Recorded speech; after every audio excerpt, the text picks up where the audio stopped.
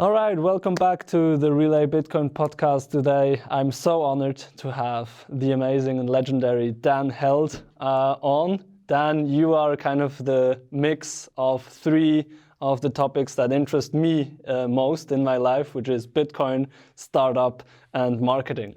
So maybe tell us a little bit about what are you doing currently? I know you are in like Bitcoin and startup and marketing for around 10 years now, for a whole decade, and you did like amazing stuff. So, for example, you were with Kraken, obviously, and then built and exited some startups, and you're a Bitcoin educator for a long time already. But right now, like, what are the main projects you're working on and you're passionate about? Yeah, great question. So, my background's a mixture of like growth at early stage startups and big companies like Uber and Kraken. So, growth means user acquisition, aka marketing. And so, currently, what I'm doing is I left Kraken 2 months ago. I still love the company, still love the team. I'm just kind of ready for kind of my next thing. What I'm doing is I'm a part-time marketing executive at 3 different crypto startups. So I come in and help them build out their marketing org from 0 to 1, or I audit their existing marketing team and we go in and we press different levers to make change happen. So it's a fun, very lightweight approach that I think is a really kind of cool way to interact. For me, I'm not sure if I'm ready to go back to a full-time thing for a long time. So, for me, this is a fun way to continue to stay involved and be involved in a company without totally being kind of removed from the space. So I'm doing that plus Bitcoin education. So on the Bitcoin education front, Twitter, LinkedIn, YouTube, newsletter, still putting out content on Bitcoin, on different topics in Bitcoin. Today is really topical because an article came out with Natalie Smolinski and the Bitcoin Policy Institute that I co-wrote. I was a contributing author, not the primary author, which is Natalie, on central bank digital currencies and why they're a threat to human freedom.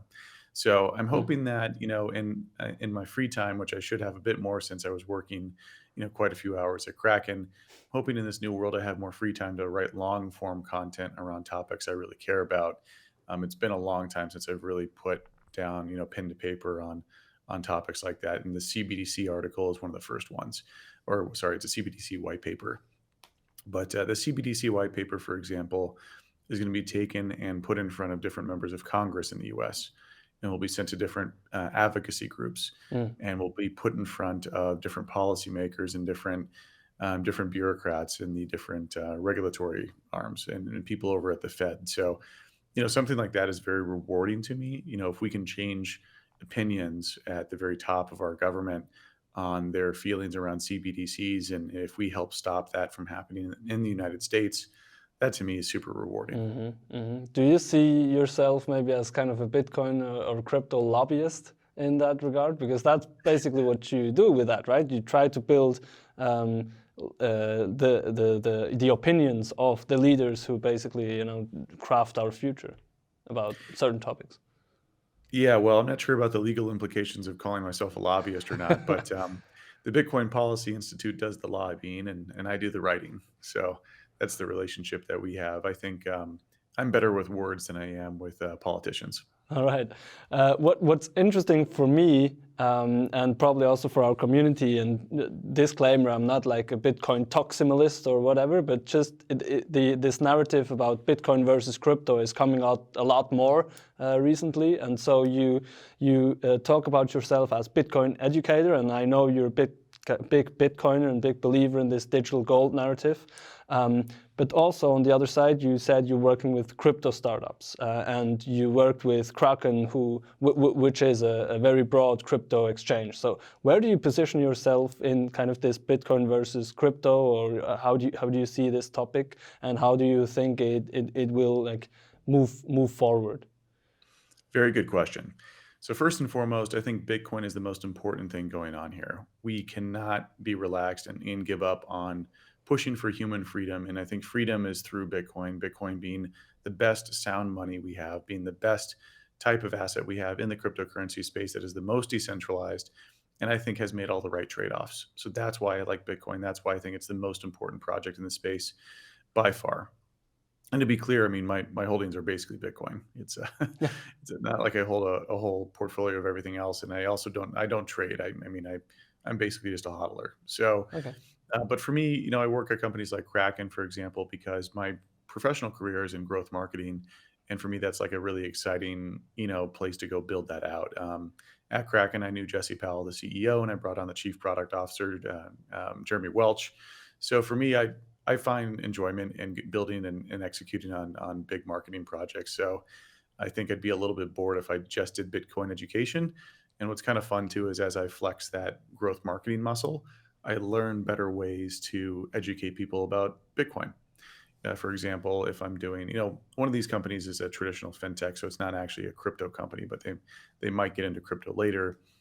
For me, how I educate their audience on their product helps me then learn different levers to use, whether it be content management systems or content strategy. Leverage that to building out my personal content for Bitcoin. So Mm. for me, it's both it's fun because look, I like working. I just don't know what I'd do if I was retired. So I like working. So for me, it's like the challenge of a new project, something else to work on, and then also I can take those ideas and use them in the Bitcoin space, which is really fun. But in terms of like I guess you could call it political affiliation, I'm like a Bitcoin moderate. I love Bitcoin. It's the only thing I'm going to really talk about and promote. I'm going to fight against CBDCs, fiat currencies, and also, call out why Bitcoin is the project that I care about the most. I'm just not going to sit here and just spend my time being really negative about everything else. I think Bitcoin, if we talk positively about its attributes, that should help people differentiate it versus every other project in crypto. But for example, I don't really care if people own NFTs or not. If people own modern art or own a car, BMW versus a Honda, I don't care. So Mm. I'm libertarian, libertarian at the core root. Bitcoin being a representation of my libertarian ideology, Mm. and as part of my libertarian ideology, I don't care what assets people hold. If people want to buy NFTs, go ahead. I'm not going to go encourage it, but if you want to go buy it, great. Mm. All power to you. Yeah, absolutely. I mean, that makes total sense, and I really feel that. So you probably know Relay is a Bitcoin only company, and so how do you think, like, do you think there is a place for Bitcoin only startups and Bitcoin only companies? Can they become as big as like the Krakens and the Coinbase and the Binance of the world that like sell all of these, like everything that you can put on a blockchain basically, which obviously leads to higher volumes for them and so many different communities where they can get growth. I mean, you led the growth department for them for more than 3 years. So, but do you think there is a way Bitcoin only startups can compete on this scale? Yeah, that's a really good question. I'm not going to say that I'm an expert where I've spent a ton of time in Bitcoin only companies where I look at their financials and I could, speak confidently about, how well they're doing versus, kind of more multi-coin companies. I would say that by default, though, companies like Kraken or Coinbase are going to make quite a bit more money because they're going to have a lot more assets. At Kraken, when we look at some of the top, things that people look for when they want an exchange, they want an exchange that has low fees and a lot of assets. Mm. Those are basically the two. Now, the number one asset purchased is Bitcoin. So when I worked at Kraken, something I fought for was, hey, Bitcoin is the number one asset purchased by our customers. That's an objective statement. We should treat it as a first class citizen. And I think that that's a very logical, not non-principled sort of stance. It's not a political affiliation. It's more of a logical product affiliation with going. It's good for our product to make it a first class citizen just because it's the number one asset purchased. But when we look at the profitability of like Kraken and Coinbase versus Bitcoin only startups, most of the money, I've been in crypto for almost 10 years. Most of the money made in this space is through speculation and trading. Mhm. That's going to be the case for the next 10 years as well. So anything that takes a fee on speculative trading, and usually that speculative trading isn't just buying and selling Bitcoin, it's also buying and selling these other alts too. And you can Mm. you can look at the mix of volume for these exchanges of what like Bitcoin represents, like Bitcoin USD versus all the other alts combined. And so Bitcoin USD is the most liquid pairing in the space, and so the one that with the most volume. But if you look at, altcoin volume, it's significant. I think it's at least 25 or 30%, probably closer to 50% or higher. So you would be asking these exchanges to forego, X% of revenue. Also, they may not even have that BTC USD volume if they didn't have all of that altcoin volume, because Mm-hmm. maybe they bought Dogecoin and now they want to buy Bitcoin and now they're trading Bitcoin. Mm-hmm. So I think that, and I'm writing an article coming out here soon called Casino Games, which basically walks through that the main primary acquisition loop for the crypto space is speculation. Bitcoin, though, is not immune to that. As Satoshi, and I quote here, as Satoshi says, um, as the price increases, people may become more aware of it and buy in anticipation of the price going higher. This will create a growth loop. And so he talks through this and he mentions this before Bitcoin was worth a penny. So Mm-hmm. Bitcoin hypothesized that the viral loop mechanism for Bitcoin's adoption might be through speculation. Yeah. Speculation is not a dirty word. Every asset has speculation. Stocks, bonds, real estate. Crypto is not immune to that. Now, with that speculation, does that speculation lead to long-term value accrual to the asset itself? And that's where I think money, and that's where the end of the article kind of concludes with money, I think is the only one that has long-term value accrual, where like if you add speculative viral loops on top of NFTs or something else, I'm not sure, or like utility tokens or governance tokens, we don't really see long-term value accrual to that. So that's where I kind of conclude is that I do think viral loops are an interesting mechanism to create adoption, aka, FOMO and greedy speculation cycles. But that's not may or may not be long-term value accrual to the underlying asset. So for me, I think speculation is the number one driver of adoption, funding, revenue in the space. So if Mm-hmm. you've got more assets, you have more casino games to play, you have more games, more speculative games that people want to play. Absolutely. I mean, there's a use case for saving, and there's a use case for speculating and like gambling or startup investing. I mean, that's how we kind of look at it. Is Bitcoin is different. Bitcoin is sound money, is long-term, digital gold and savings technology. And then there's 20,000 plus startups out there that are using blockchain technology in one or the other way. It's very, it's fun to speculate. It's some of them have great innovations that might be even better than traditional fintech or whatever. And so it can make sense to invest in them, but like 9 out of 10 will not make it, like in the startup world. And so it's highly risky. If you want to do it, fine. But kind of it's just important to differentiate between saving, what is saving and long-term investing, and what is just kind of more speculation. And I agree with you that this will not go away, especially not for retailers. Like retailers will always want to go, to the casino to gamble. But what about institutional investors? I know you're also probably pretty close, like from your times at Kraken and just your great network in the space, you're pretty close on what's happening on the institutional front. And what we see lately is that the big guys like Fidelity or BlackRock are coming into the space, but like on a Bitcoin only premise, right? Do you think that will sustain? Also, I mean, the big companies that have bought Bitcoin, like Tesla, MicroStrategy, and others, and also the nations that are becoming involved, like El Salvador and South Africa, and now Madeira and whatever. Like these countries are coming in basically Bitcoin only. That's what interests them, because they see it as money, as the future of money, and not as just as the other cryptos are more like startup investments. Why would a big company want a startup on their balance sheet, right? But yeah, Yeah. how do you see that going forward? Will they stay Bitcoin only, or is it just their first step and then they will also start gambling? Or Good question. I mean, they're already into Ethereum and Solana on the institutional front. So they're already buying those. I think there's a combination of like, do they actually care about the asset, or is it more that they're buying it because folks internally expect them to buy it? I think that there's a lot of, I think those are like the three that I've only heard of. I haven't, or maybe USDC as well, if you want to count that.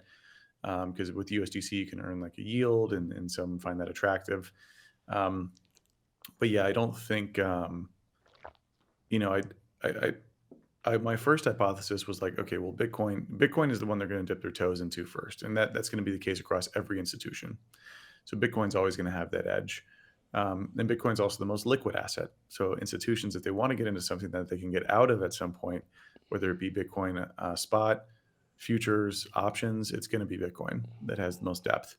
But I do think that, I do think that they're going to explore other things. And we've already seen that happen with like Ethereum and Solana. Yeah, interesting.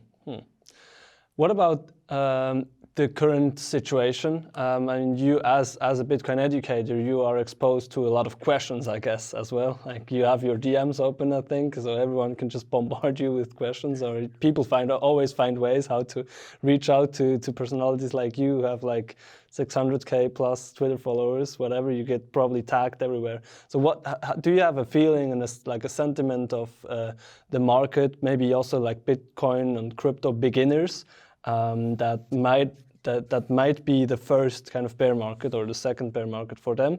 How do they feel, and what are the questions that are most pressing to them, and how do you answer to them, and maybe how do you help them understand what's happening right now, if when they think now it's all over? Yeah, good question. One, I'd say like this is just for the folks, so the folks who are listening, so they kind of understand. This is my third bear market, so we've been through quite a few, quite a few. And it's a fun question to answer. In terms of the data that I receive, for me, it's kind of like in-person connection. So I go to a conference at least like once or twice a month, and at the conference I go to like at least 5 or 10 events. And these are a lot of the people on the leadership teams at various different companies or OGs. So I'm mainly plugged into that network. Of course, with a personal brand as large as mine, I've got a lot of people coming up and saying hi in person. I've got a lot of people trying to DM me across different social networks or email me, et cetera, or in my replies. So I'll kind of differentiate the two groups, because they're two different groups. I'd say like industry insiders, and then there's like retail, right? So overall, the price of Bitcoin and its volatility represent aggregate fear and greed, right? So the price is an aggregate metric that represents everyone's shared belief in Bitcoin. Not many people believed in Bitcoin when it was worth $10, because $10 was representative of that. When Bitcoin was worth 10,000, that meant a lot more people believed in Bitcoin. And so I think we are seeing like a floor develop here around 15,000 to 20,000 for Bitcoin, which I think represents the aggregate belief in it. So like the other bear cycles, you had a lot of people come in for speculation during the greedy part, and then the hodlers, the believers in Bitcoin, stuck around because they believe in sound money, and they create the floor. So they're the last buyers, the buyers of last resort. So, I think what we're seeing here is a floor develop where both retail and insiders are calling this area like, okay, this Bitcoin's unfairly cheap here. I think overall the market's very bearish. I think it's a lot of fear. You've got some pretty bad macro going on with like the energy crisis in Europe, everyone calling for a recession, overinflated asset prices. So it's not surprising to see that bleed over into Bitcoin. And I think we saw that happen earlier in Bitcoin, where Bitcoin is kind of the leading edge of risk on assets. I think long-term Bitcoin's a risk off asset, but it's trading like a risk on asset. So Bitcoin kind of sold off before everything else, before stocks, bonds, and now, coming up soon, real estate. And so I think, when we look at the sentiment on the folks who are on the inside, who are building, who've been around a while, this is same old, same old. It's we've been through this before. This is the fearful bear market. Yeah, there's a lot of bad macro things, but Bitcoin seems to be bottoming out despite equity still dropping, which is interesting. So right. I think that Bitcoin, my hope in the industry, industry insiders' hope is that Bitcoin becomes decoupled in 2023, 2024, where Bitcoin becomes decoupled from the overall macro environment. And that leads to a virtuous loop of people going, oh, Bitcoin's the only thing going up, and then they pile in anticipation. And so that's what the insiders believe. I think retail is still pretty scared. I think most of retail left. I think like if you look at, I don't have these metrics off the, readily available, but similar web metrics, looking at web traffic to Coinbase and Kraken, you'd probably see a very large drop. You can also look at like the app rank in the App Store in terms of like the top apps. I bet Coinbase, I think at its peak was like in the top 10, and now it's probably in the hundreds. Mm-hmm. So I think that's representative, of course, of both. That is representative of downloads, and that gives us an indication that like retail demand has largely, because like institutions aren't downloading an app, they're logging on to like a desktop computer, or they're setting up API connections. So I think retail has largely left. Also, if you look at OpenSea volume is down 99%, which is crazy because like spot volume on Kraken and Coinbase is only down like maybe like 60%, 70%, which is still a big dip, but that's bear market dips, right? So, I think retail is largely scared, probably mostly out of this market. I think we'll need another either kind of speculative cycle or like a new narrative to bring them back in, and that'll take at least a year or two. I'm looking forward to the halving 2024. I mean, that's probably the next natural situation or natural event that will bring a lot of attention, at least attention, and most likely activity to the space, right? Totally. I think that and Bitcoin DeFi will become an increasingly popular narrative. I would consider Lightning to be Bitcoin DeFi. Same with discrete log contracts, like Atomic Finance. They're building options on top of Bitcoin in a decentralized manner. You've got like RSK stacks, Liquid. These are all sidechain style-esque technologies. These help bring back like NFTs back to Bitcoin. They help bring back stable coins back to Bitcoin. Where you could borrow, USDC against your Bitcoin as collateral. I think all of these represent, bringing those speculative games back to the Bitcoin network, which is for money is I think long-term value, has long-term value accrual.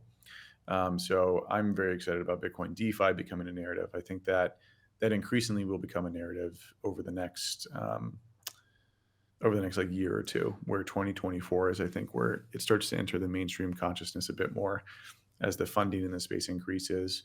A lot of the projects will see a lot more growth.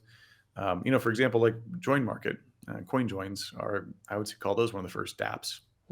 It's a decentralized application you can use basically like Tornado Cash, right? And with Join Market, you can actually earn a yield on your Bitcoin by mixing it with others.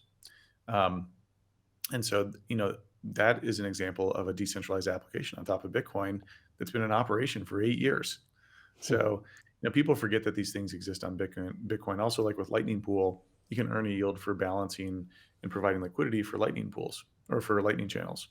So, these decentralized apps, whether it be yield generation, whether it be borrowing against your Bitcoin, whether it be bringing other coins onto the Bitcoin blockchain, like Taro on Lightning, like that, bring altcoins on top of Bitcoin. And that will lead to decentralized applications where you can trade, and hopefully like a DEX, like a decentralized exchange, comes to Bitcoin as well. So these, I think, will be another catalyst for Bitcoin's, I would say, like strength in the next bull run, because these bring more of those games back to Bitcoin, which I think increases Bitcoin's price appreciation and long-term adoption for hodlers. Right, absolutely. I mean, in the end, Bitcoin is just the base layer for a whole new financial stack, right? Where DeFi applications, stablecoins, and NFTs, stuff like that, can have a place as well, and they will have a place, in my opinion, as well. Yeah, but the problem I think here is that Bitcoin, to this date now, has a marketing problem when it comes to that, because Bitcoin DeFi is really not, like when I give courses or presentations or seminars or whatever, everyone knows about DeFi and that's the cool stuff you can do with Ethereum, Solana, Cardano, all that kind of shit, and Tesos and stuff. And then I tell them, well, DeFi is just a concept. You might as well also, you are able to do this on Bitcoin, and this will also evolve on Bitcoin.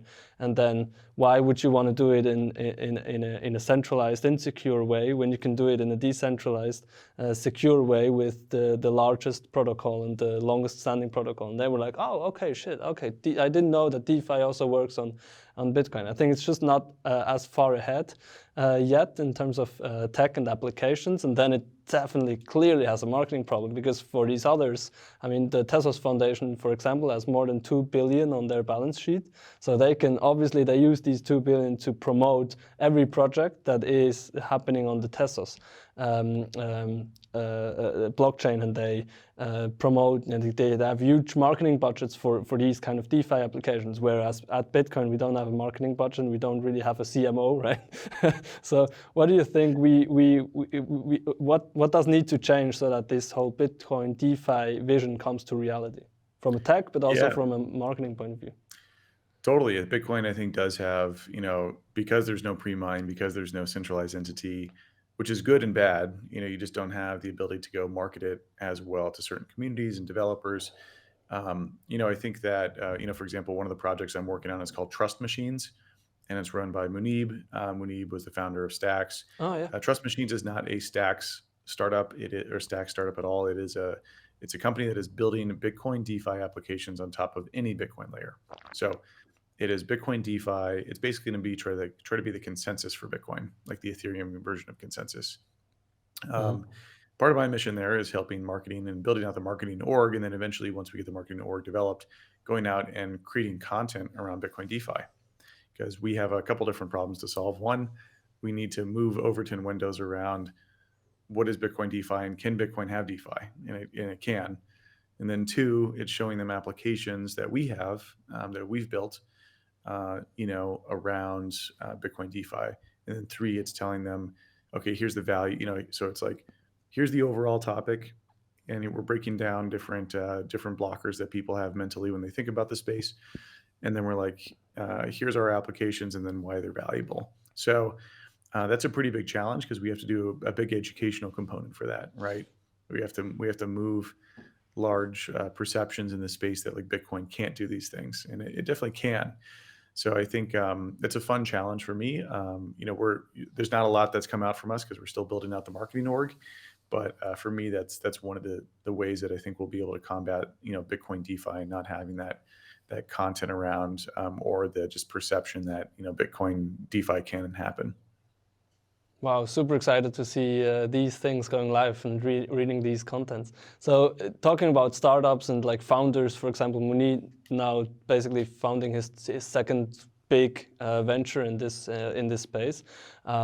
You've been through three bear cycles, and you've observed a lot of startup probably failing. What do you think as a startup?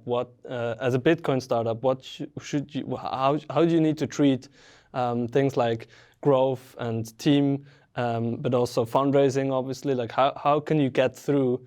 And what is important in such a bear cycle for a startup that previously has seen quite some growth, but now kind of is stuck in that, okay, next 1 to 2 years, there's probably not going to be a lot of organic growth, right?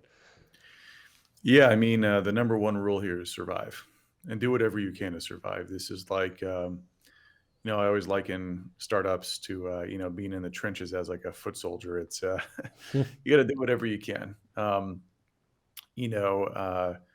First of all, cutting burn is the fastest thing you can do. So cutting burn means like look at all your expenses and cut everything unnecessary. The problem that startups will do is they typically don't cut deep enough. So you're going to want to cut all the way to the bone. You might even want to chop off a leg. You can put in a prosthetic leg and still walk around enough. So cutting all the way to the bone is critical. Crypto bear markets can get particularly brutal because this isn't like a normal company like Uber or something, where Uber has cyclicality, like between weekdays, weekends, New Year's, but those are predictable. Mm-hmm. The cyclicality of the crypto space is, we don't know. I mean, we have the 4-year cycles, but it's pretty difficult to judge exactly when that's going to happen. Mm-hmm. So I think, cutting burn and getting to like cash flow positive or cash flow neutral, and then looking at your runway and being like, I could survive at least 2 or 3 years. 3 years would be ideal because that gets you all the way to the other side. 2 years puts you in a little bit of a tricky spot where you might be fundraising just as the market's coming back, but investors haven't come back. Investors have raised a bunch of money to deploy into crypto startups. So they do have more dry powder than they've ever had before, which is great. And we haven't really we've seen still big rounds go through, which I find interesting, versus other markets where like the VC deployment of capital like really slowed down as soon as the bear market happened. Mm. I think we I think, you obviously never want to fundraise in the middle of a bear. I've been there before. It's something you don't want to do. Mm, So avoid that at all cost. As long as you can survive long enough and keep your metrics neutral, or like flat, and then just get through, and then the bull market naturally will pull up your metrics for you.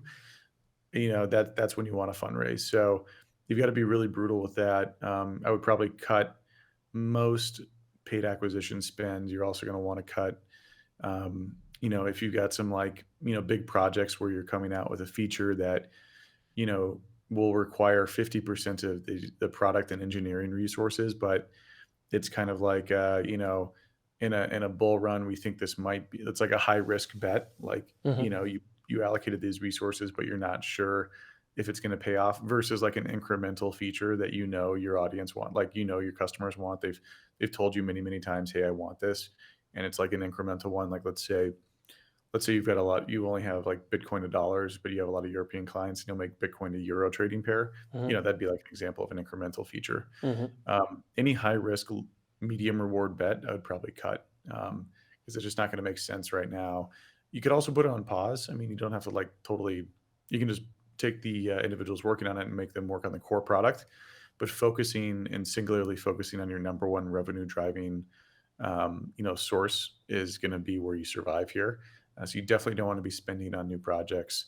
You definitely don't want to be, accelerating your growth right now. Like you can try to accelerate your growth, but really what we're all doing is we're riding on top of a sea, and the sea is in the trough right now.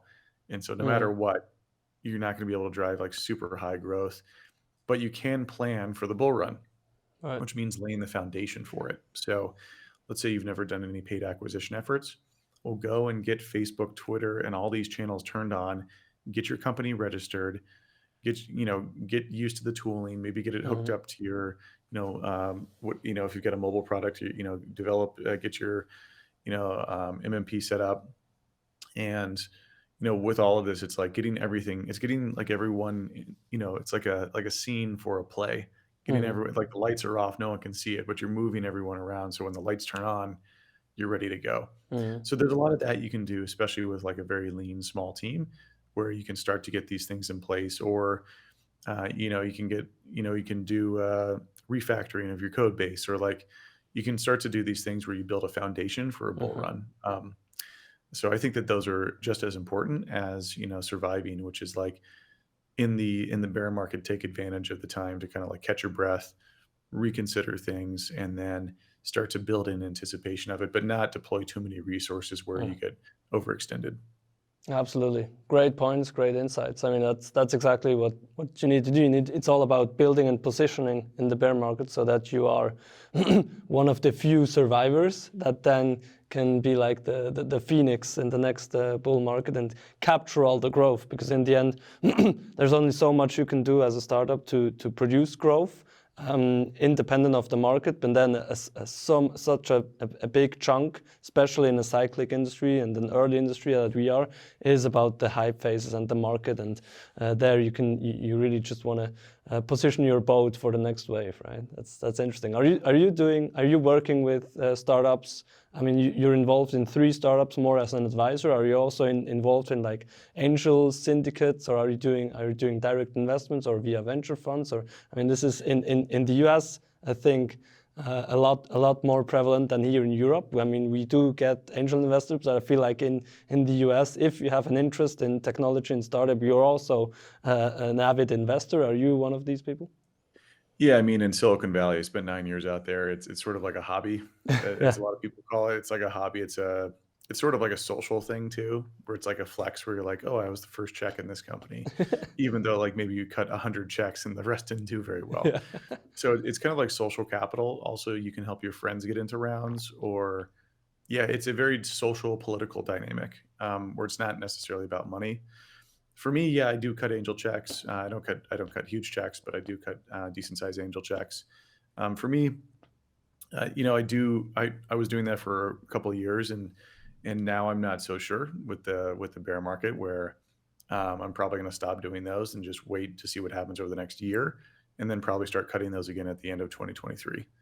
Hmm. But I do think the next year is probably we're probably going to see like a lot of valuation compression. We're going to see like a lot of rounds, be really tight in terms of like being able to find a lead.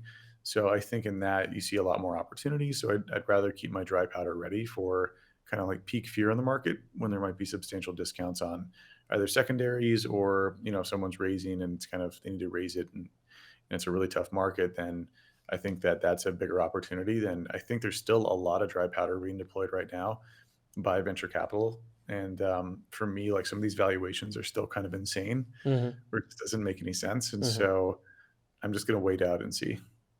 That makes total sense. Brings me to the last question I ask to all the guests.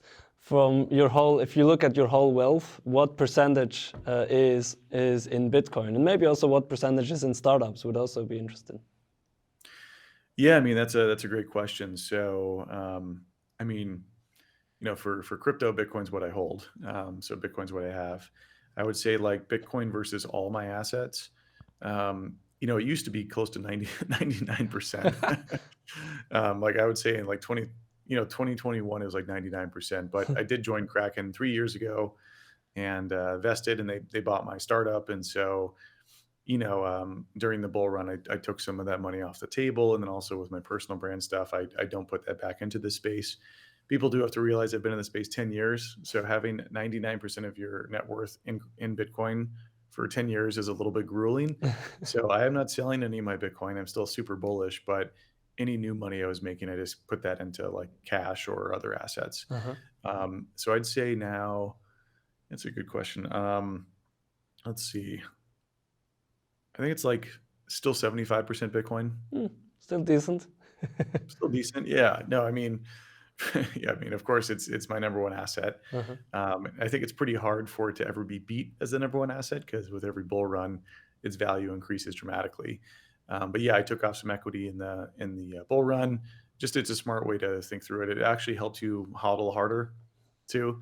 I think for a lot of people, being 99% in an asset, while I could surf that. If you've got a family, I don't have kids or anything. If you had a family, then that's kind of brutal. Like that's super hard to live through. And so also it's not good for people's mental health. I just don't think many people can handle that. Obviously, I think Bitcoin is the best asset you could hold from a risk reward perspective, but not a lot of people can stomach the risk. Hmm. It's like venture capital investing too, where you cut 10 checks, and one succeeds. So it's very high risk, high reward. Bitcoin isn't super high risk. I don't think it's nearly as high risk as it used to be, but it's still, the volatility, I think, makes it a very tough asset to hold. Honestly, it taught me a lot about investing, though, in general. It taught me a lot about fear and greed. Whenever you feel fearful, that's probably when you should buy. And when you're feeling greedy, maybe you should take some money off the table. Hmm. Um, also teaches you a lot about just human psychology when it comes to any sort of new asset. For example, like when people look at Bitcoin, they're like, wait, it's only used by money launderers and drug dealers and it's volatile. I don't like it. And then you're like, well, when you think about those as responses as why you don't own the asset, that doesn't really make any sense. It's not like there's a core flaw in Bitcoin. That's like drug dealers use the US dollar. It doesn't make the US dollar invaluable. And startups have high volatility. How do you think Google and Facebook went from $0 to hundreds of billions or trillions of dollars in valuation?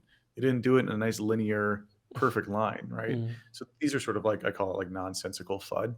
Really doesn't make any sense. And so whenever I see an asset that has a lot of FUD around it, for me, that makes it very interesting as a buying opportunity, because it shows that because the FUD is so great, it means that the impact on society is probably very, very high, because it's Right. just so new and different that it changes everyone's perception. And the first inclination that they have, the first thing that they think of is they're like, I don't like it. And here's some stupid reason why. And so that's why I think with Bitcoin, we still see those really stupid feelings around Bitcoin. So we're still very early, which makes me very bullish. Uh, Another asset, for example, that I hold would be like SpaceX. So SpaceX is, a startup focused on, not a startup, it was the biggest private company in the world at 127 billion valuation. They're looking at building rockets, right? So a lot of people look at it and they're like, well, what's the total addressable market for like rocket launches? And it's only like $10 billion a year. And so a lot of people fudded SpaceX for a while. But then you sit there and you're like, wait a second, well, what if SpaceX launches Starlink and Starlink competes with all telcos across the world. Well, that's $1 trillion TAM. Mm-hmm. And then so people are like, there's all sorts of FUD around SpaceX, right? One is people who don't like Elon Musk. And I'm like, whether or not you like him or not, it doesn't matter. He's still going to execute, and he has. Mm-hmm. So two is like, oh, they're subsidized by NASA. That's not true. It's not true at all. NASA has open. That's like saying every car company, like every single company that touches the U.S. government, which is literally every company in the world, like every company in the U.S., automobile manufacturers, utility companies, food companies. Like if you went down the list, like people use, oh, it's just subsidized. That's nonsensical. He openly bid for contracts that anyone else could bid for, just like any other customer he has. So that's like another one. And the third is like, oh, well, space is silly. I don't care about space. Yeah, but you care about the Earth. And so Starlink services the Earth. Mm-hmm. And you've got other things as well that they can do. Like, for example, if the Starship does hit high production volume, which they do anticipate it, they want to build one a day.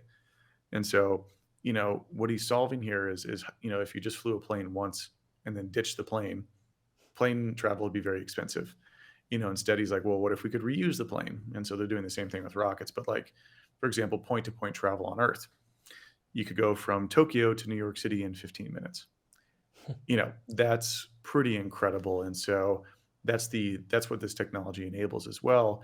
And they could do it at the cost of like a business class ticket. And so when you start to realize the implications of this, or like, oh, you could move a military force, you could move 10,000 troops over to another country in 20 minutes. These sort of implications, I don't think people really understand.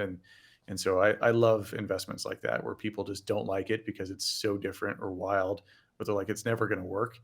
That's when I'm the bid. I'm the one who comes in. I'm like, this sounds like a good idea. Contrarian bets. I mean, that's exactly what then you also probably from normal people, quote unquote, who are not into investing a lot and like they are scared by these kinds of FUD and they would never touch it. You then also get a lot of shit from them, probably, right? I mean, I get a lot of shit because I'm in Bitcoin for a couple of years now from my normie friends, and I started to learn to deal with it, right? And you probably have to deal with it a lot as well. But that's the contrarian bets. I mean, because these are not normal people that do these bets, so they also get abnormal returns afterwards, right? Absolutely, yeah. I think it's all about how much risk can you stomach, and just some people, I think it's just not good for their mental health to have something so volatile and so risky. For me, I was born in the risk, right? Like Bitcoin was the first major asset that I held. I mean, sure, I had like a small retirement account in the S&P, but Bitcoin was the first major asset I held, and so for me, my entire investing career has been measuring performance against Bitcoin and being able to tolerate Bitcoin's level of volatility and risk. So after that, my level of accepting risk, I'm like, sure, cool. I mean, if this goes to zero, whatever. It's after you hodl Bitcoin, you can. And I approach the investing philosophy behind Bitcoin the same way I approach any other asset. So. Bitcoin, I think, for me, the hodl period for that is almost infinity. But when I look at other assets like SpaceX or S&P 500, these are assets that I plan on holding for 5, 10, 20 years. So any asset, I think, when you look on a long time horizon of 5 to 10 years, I think they're typically mispriced because most hedge funds aren't really looking at they're just looking at annualized returns. So if you have strong conviction in the asset and you want to hold it for 5 to 10 years, and let's say you're right too, you have to be right about the investment, right? Not every investment pays off. But if those all line up, I think that's where there's some really asymmetrical returns. And so, yeah, that's how I approach. I think HODL is not just a Bitcoin philosophy, but a philosophy around any asset that is an asset that I think has long-term potential. That was really, really interesting. Thank you very much, Dan Held, for doing this, for taking the time. I really gained a lot of insights and I really appreciate it. Thank you and have a great time and a lot of success with everything you do. Talk to you soon. I appreciate the kind words. Thanks for having me. I'll see you. Cheers, man.